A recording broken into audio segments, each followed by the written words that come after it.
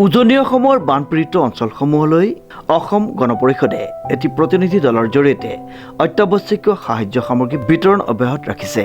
উক্ত কাৰ্যসূচীৰ অংশ হিচাপে তিয়ক সমষ্টিৰ এলেংমৰা অঞ্চলত বানপীড়িত লোকসকলৰ মাজত সাহায্য সামগ্ৰী বিতৰণ কৰা হয়। উজনি অসমৰ কেইবাখনো জিলাৰ কেইবাটাও বিধানসভা সমষ্টিৰ ৰাইজ এক প্ৰলয়ংকৰী বানত আক্ৰান্ত হৈছে। আমি এই বানাক্ৰান্ত ৰাইজৰ প্ৰতি আমাৰ বেদনাসিক্ত এটা মন লৈ আমি অসম গণ পৰিষদ দলে এক মানৱীয় দায়িত্ব পালন কৰিবলৈ আহিছোঁ। এই মুহূৰ্তত আমি তিয়ক বিধানসভা সমষ্টিৰ এলেংমৰা সোণাৰী গাঁও এই অঞ্চলটোত বানাক্ৰান্ত ৰাইজৰ সৈতে আমি ভাৱ বিনিময় কৰিলোঁ আৰু দলৰ তৰফৰ পৰা আমি নিত্য প্ৰয়োজনীয় কিছু সা সামগ্ৰী লৈ আহিছোঁ। আমি জানো যে এইবোৰ একোৱেই নহয়, তথাপিও আমি ৰাইজৰ লগত যে আছোঁ, ৰাইজৰ এই দুখৰ সময়ত আমি তেওঁলোকৰ সমভাগী হোৱাৰ বাবে আমাৰ এই প্ৰয়াস।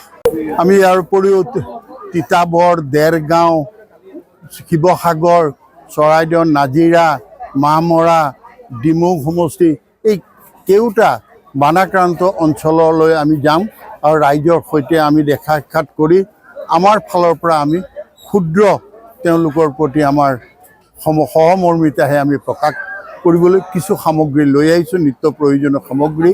এই অলপ কাপোৰ কানি, অলপ তেওঁলোকে ল'ৰা ছোৱালীৰ কাৰণে, বয়োজ্যেষ্ঠৰ কাৰণে, আইসকলৰ কাৰণে, যুৱতীসকলৰ কাৰণে, তাৰোপৰি মহমৰা, ধূপ, ফেনাইল, খোৱা পানী, বিস্কুট, কেক, এই সকলোবোৰ মেগী, এনেকুৱা ধৰণৰ কিছু বস্তু আমি লৈ আহিছোঁ আৰু আশা কৰিছোঁ যে আমি সদায় ৰাইজৰ লগত আছোঁ আৰু সদায়। উক্ত সাহায্য বিতৰণ কাৰ্যসূচীত সাংসদ ফণীভূষণ চৌধুৰী আৰু বীৰেন্দ্ৰ প্ৰসাদ বৈশ্যৰ লগতে অসম গণ পৰিষদৰ বিধায়কসকল, কেন্দ্ৰীয় সমিতিৰ উপ সভাপতি, সাধাৰণ সম্পাদক আৰু অন্যান্য বিষয়ববীয়া, ভাতৃ ভগ্নী সংগঠনৰ পদাধিকাৰী আৰু দলীয় সদস্যসকল উপস্থিত থাকে।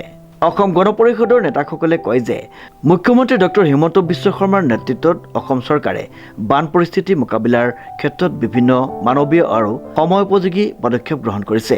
চৰকাৰী প্ৰচেষ্টাৰ সমান্তৰালভাৱে সমাজৰ সকলো স্তৰৰ লোক, স্বেচ্ছাসেৱী সংগঠন আৰু সামাজিক প্ৰতিষ্ঠানসমূহেও বানপীড়িত লোকসকলক সহায়ৰ হাত আগবঢ়াইছে। উক্ত অনুষ্ঠানত উপস্থিত নেতাসকলে সকলোকে এই দুৰ্যোগৰ সময়ত মানৱতাৰ স্বাৰ্থত বানপীড়িত জনসাধাৰণৰ কাষত ঐক্যবদ্ধভাৱে থিয় হ'বলৈ আহ্বান জনায়। তিয়কৰ পৰা বিৰাজ বৰাৰ এক বিশেষ প্ৰতিবেদন, নিউজ নাও।